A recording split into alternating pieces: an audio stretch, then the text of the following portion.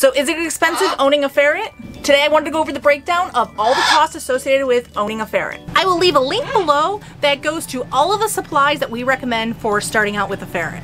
All the prices I talk about are obviously going to greatly vary, but these prices are going to be United States based. For instance, I know the price of actually purchasing a ferret is a lot cheaper in the UK than it is in the United States. First, let's talk the cost of the ferret. The cost of the ferret himself is actually going to vary depending on where you're located, as well as where you're sourcing your ferret from.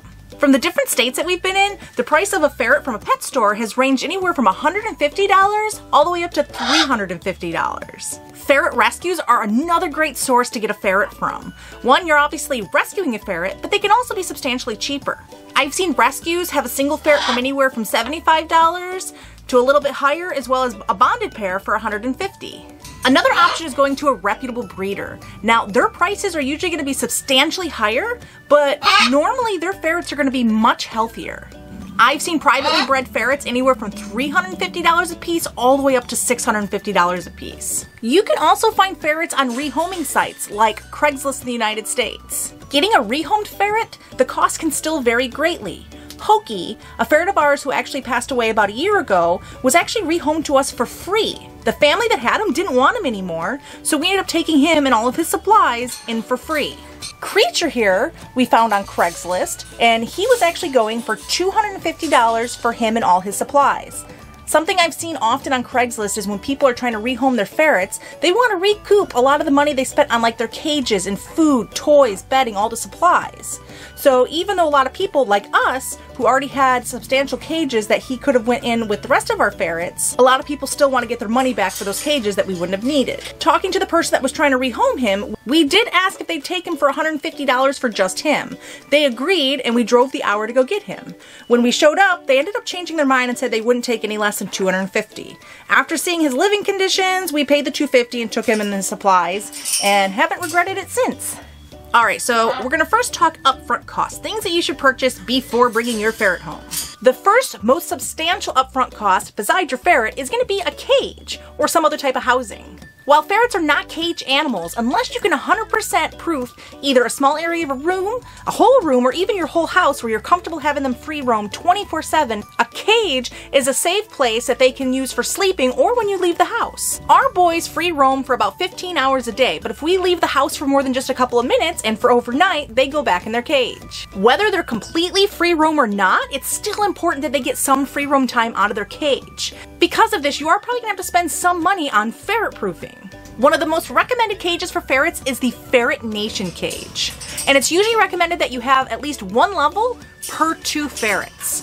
This will also depend on how much time they're in their cage versus free roam time. Ferrets who are free roam for most of the day don't necessarily need as large of a cage as, say, ferrets who only get, say, 6 to 8 hours of free roam time a day. Before, when both me and my husband worked easily from 12 to 15 hours a day, at least 5 days a week, our boys actually had 2 double Ferret Nations attached, so basically 4 units. While it's normally recommended that the 4 of them would have been okay and in one double unit, because we were gone so often, we wanted much more space for them so they had actually room to play around on their own. While you can find used Ferret Nations on Craigslist, new ones I've seen go from anywhere from $150 for a single unit up to about $200. The double unit anywhere from $200 up to almost $300. And while I've seen a lot of people skimp out on their cage so they can at least get their ferret home, there's a lot of reasons you should at least start with at least a single unit Ferret Nation.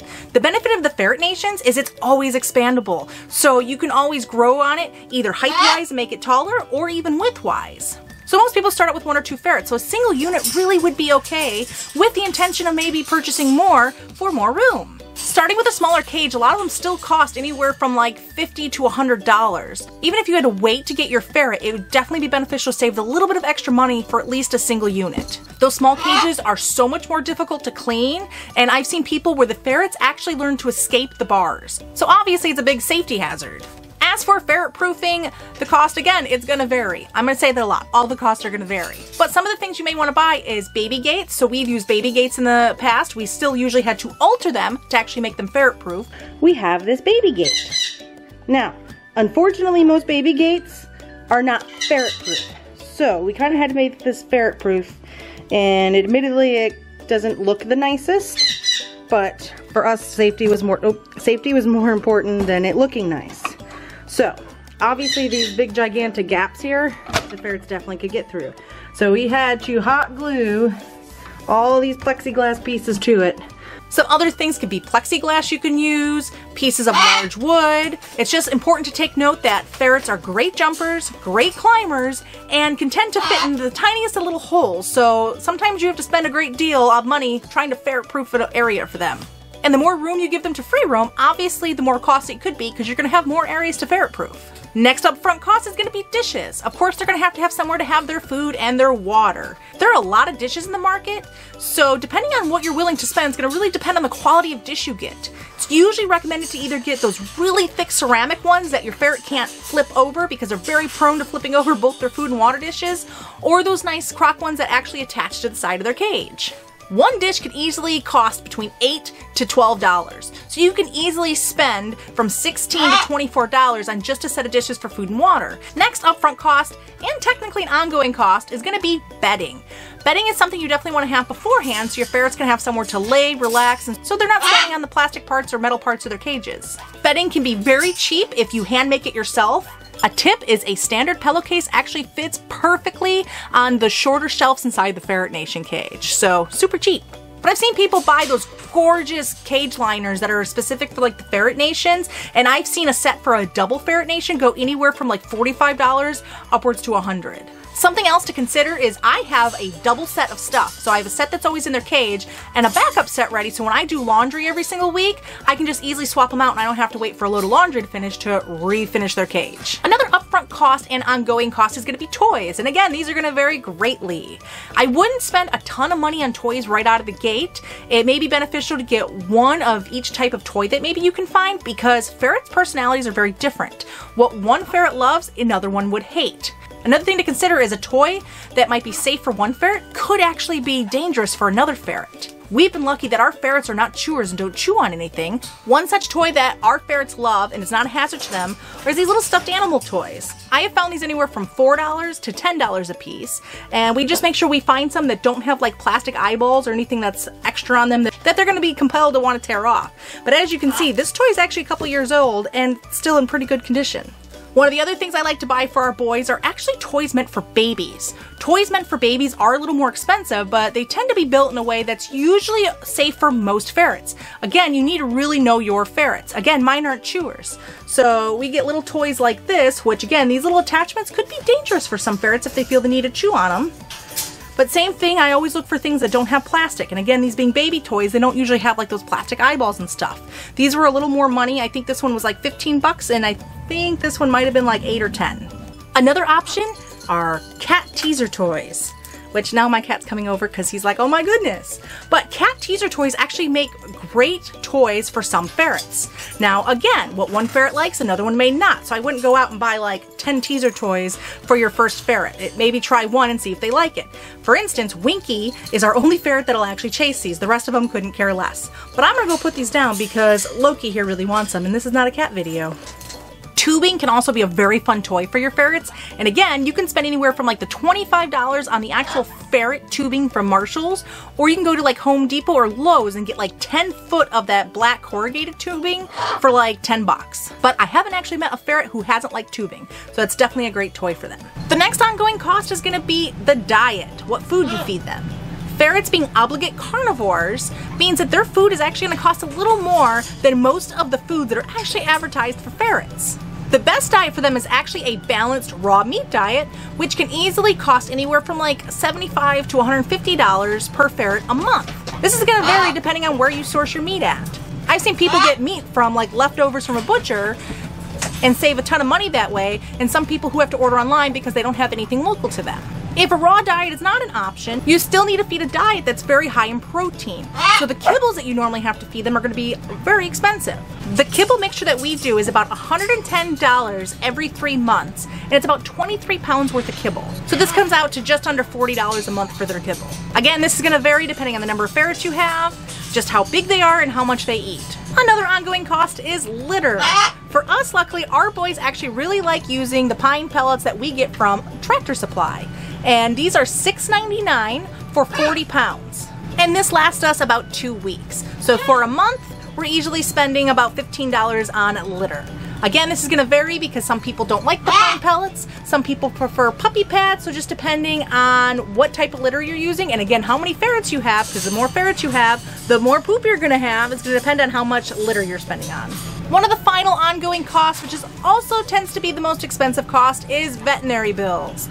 I know I talk about veterinary bills a lot. I really like people being warned on how costly their vet care really is. Again, each state and even each city is going to vary on how expensive their vet care is. We've been to quite a few different states with our ferrets, and it definitely varies. Being exotic pets, their routine pet care can be more expensive than, say, a dog or a cat. We have paid anywhere from $30 up to $90 just for an office visit per ferret. So if we take all 3 of our ferrets in, just for the office visit alone is $270 at some places. We bring our ferrets in at least every year for a general checkup where they also get their vaccines. This is a personal decision of ours that we've made between us and our original vet.